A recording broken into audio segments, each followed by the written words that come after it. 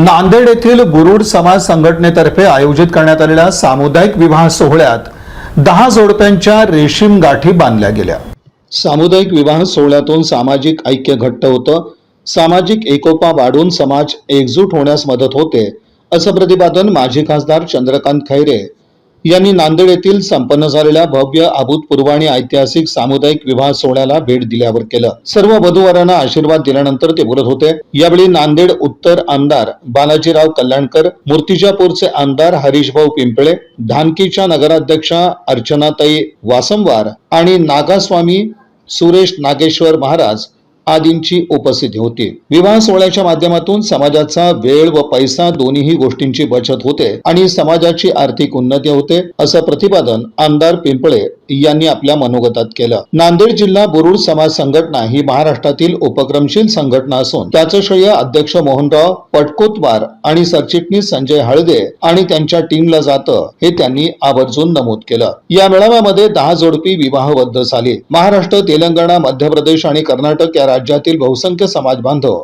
यावेळी उपस्थित होते।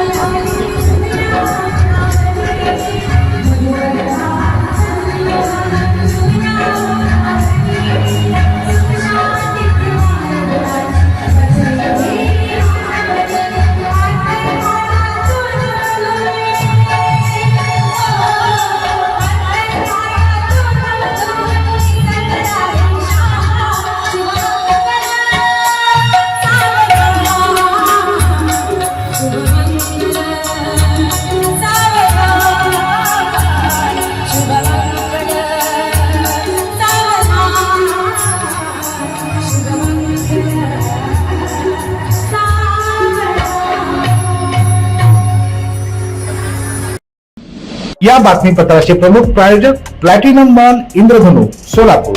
सोलापुरातील सर्वात प्रतिष्ठित इंद्रधनु सोसायटीचा नवीन भव्य कमर्शियल प्रोजेक्ट आता रेल्वे स्टेशनच्या अगदी शेजारी शहराच्या मध्यवर्ती ठिकाणी।